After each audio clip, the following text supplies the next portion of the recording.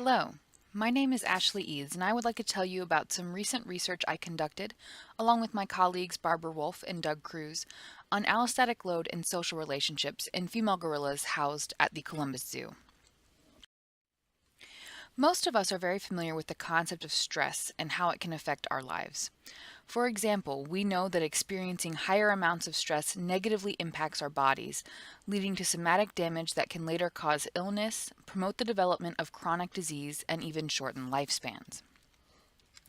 The internal damage that accumulates due to stress is known as allostatic load. We can estimate this allostatic load using something called allostatic load indices. These allostatic load indices are composites of biomarkers from multiple systems throughout the body. For example, most allostatic load indices contain biomarkers from neuroendocrine, cardiovascular, metabolic, and immune systems. What the allostatic load index does is estimate the amount of somatic damage by counting the number of biomarkers that are considered dysregulated. In essence, the more biomarkers you have that are dysregulated, the higher your allostatic load. In humans, allostatic load has been studied for a couple decades and is associated with a number of variables. For example, individuals who are older, have lower socioeconomic status or lower educational attainment tend to have higher allostatic load. And then we know that that higher allostatic load does translate to poorer mental and physical health outcomes, including increased risk of mortality. While allostatic load indices have been used in studies of humans for the past 2 decades, they're rarely incorporated into primatology despite our long focus on stress research. So my colleagues and I decided to develop the first allostatic load index for Western lowland gorillas using 7 biomarkers. We included albumin, corticotropin-releasing hormone or CRH, cortisol, dehydroepiandrosterone sulfate or DHEAS, glucose, interleukin-6, and tumor necrosis factor alpha. We then applied this allostatic load index to gorillas that are currently and were previously housed at the Columbus Zoo. Some of the biomarkers, such as albumin and glucose, were available in zoo medical records, but others had to be assayed from banked serum. So we assayed 1 serum sample per gorilla, and that serum was banked during a previous physical examination. Now, because we were using banked serum, we were able to estimate allostatic load even in gorillas who are now deceased or have been transferred to other zoos, which gave us a larger sample size than we would have had if we were limited to just the gorillas currently housed at Columbus.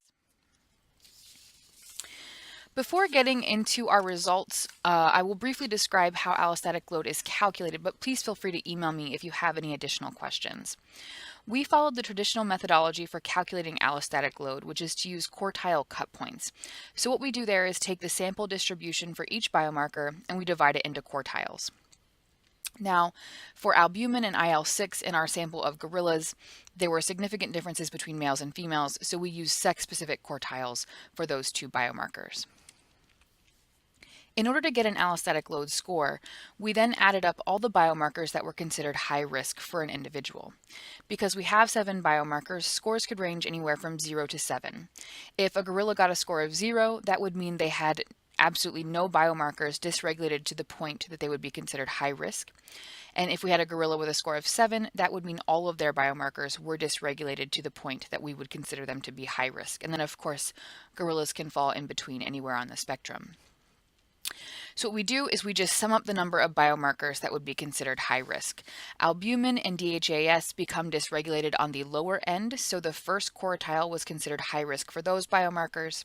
For CRH, glucose, IL-6, and TNF-alpha, those are considered dysregulated when they're too high, so we use the top quartile for high risk for those biomarkers.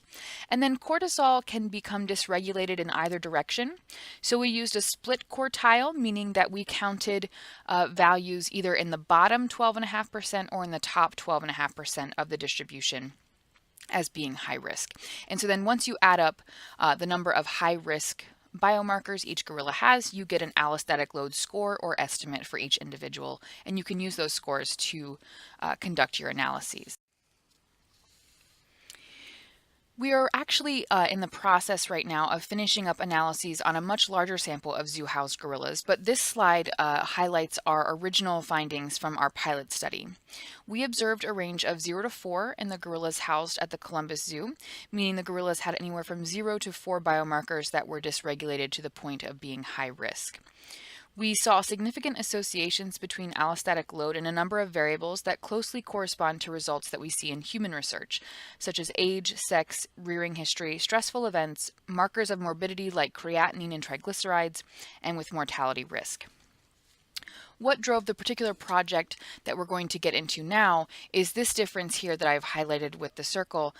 There is a big difference between males and females in terms of allostatic load.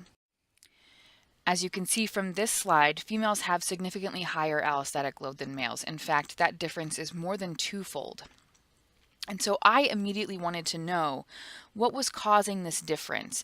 It's not uncommon in human samples for either men or women to have higher allostatic load depending on the sample in question. But I really wanted to get at this question of what is causing female gorillas in the Columbus Zoo sample to have higher allostatic load than male gorillas. Being a primatologist, I immediately started thinking about the sociality that gorillas exhibit. And we know that silverback gorillas can be aggressive toward females. It's something called courtship aggression, and primatologists believe it may function in group cohesion. Females seem to be more likely to mate with males who clearly and regularly demonstrate their strength. However, even though females are likely choosing more aggressive males intentionally, that aggression may still be stressful if they experience it. Gorillas are the most sexually dimorphic primate species, and males are approximately twice the size of females. So while mating with a stronger, more aggressive male may mean increased protection for your offspring in case of predation or infanticide risk, a female doesn't necessarily want to be on the receiving end of those courtship aggression displays. So in the wild, primatologists have noticed that females tend to maintain a safe distance from the silverback unless they're in estrus or have young dependent offspring that need protection. And in addition, the forests where gorillas live tend to be so dense, or the trees tend to be so dense that visibility is really limited. So both the distance and the reduced visibility may help limit the likelihood for wild females to experience courtship aggression. For females living in zoos, however, they may not have the options of distance or limited visibility, and so they may be at higher risk of receiving courtship aggression from the silverback. They may even just perceive being at higher risk of this courtship aggression, and that increased risk, we think, may generate a sort of low-level awareness or stress that results in higher allostatic load over time. So what we hypothesized is that if we measured proximity to the silverback, that we would see a significant association between the amount of time females spend in proximity to the silverback and their allostatic load. To test this hypothesis, we conducted proximity observations of the 3 breeding groups that are currently housed at the Columbus Zoo. Per the typical gorilla standard, we defined proximity as being at or within 5 meters. For each female, we then calculated the percentage of time she spent in proximity to the silverback out of the total time that we observed her. Now, depending on the group and the particular individual, we recorded anywhere from 60 to over 1,400 proximity measures per gorilla. Now, some gorilla groups were out all of the time, but for some other groups, there were some infant births going on, and so gorillas had a lot more choices as to whether or not they were on public or whether they were out in the public viewing area. And so for some gorillas, we don't have as many data points. And then we used a linear regression to determine if there was a relationship between the amount of time females spend in proximity to the silverback and their allostatic load. What you can see in this chart is that we observed a significant relationship between the percentage of time a female spent near the silverback, shown on the x-axis, and her allostatic load, shown on the y-axis. The more often a female is within 5 meters of the silverback, the higher her allostatic load. Now, this sample is small, but the regression shows approximately 47% of a female's allostatic load can be explained by the amount of time she spends in proximity to the silverback. Now, the majority of studies on animal welfare suggest that performance of species-typical behaviors is a gold standard. However, it's possible that some species-typical behaviors, such as males exhibiting courtship aggression, are stressful to other members of the group, in particular females who lack species-typical coping strategies. In this study, we have observed that females who spend more time in association with silverbacks have higher allostatic load. Now, while we cannot determine causation, it is possible that increased proximity to the silverback puts females at higher risk, or even just higher perceived risk, of receiving courtship aggression.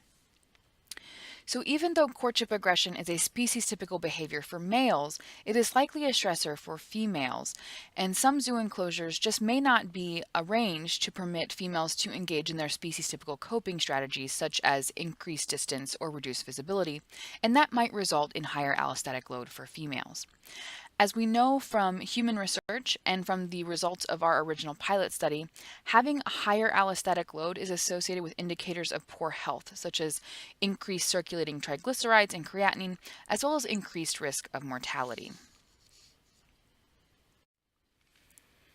While research is underway to further validate this relationship, there are a few possible solutions that may be explored in the near future.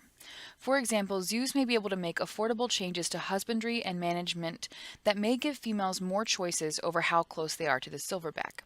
For example, Nadler conducted reproductive studies using restricted access arrangements, where females had access to areas that males physically could not enter. What Nadler observed is that females would routinely stay away from silverbacks unless they were in estrus. More recently, Curtis, Wagner, and Ross examined the effect of providing simultaneous access to both indoor and outdoor spaces to gorillas housed at the Lincoln Park Zoo in Chicago. And what they observed is that when they provided access to both indoor and outdoor spaces at once, this allowed the gorillas to put more distance between themselves, which is a strategy that gorillas typically use to avoid conflict. In addition to these possibilities, we may also want to examine how providing visibility barriers within the enclosure might benefit females. While many zoo enclosures are designed with openness in mind for public viewing, it may be possible to add a few small structures that can permit females to reduce visibility and potentially their perceived risk of courtship aggression. Of course, overall, the goal of all of this research is to provide greater insight into questions of health, welfare, and longevity, and we are looking forward to examining the associations between allostatic load and social relationships in a number of zoos in the near future.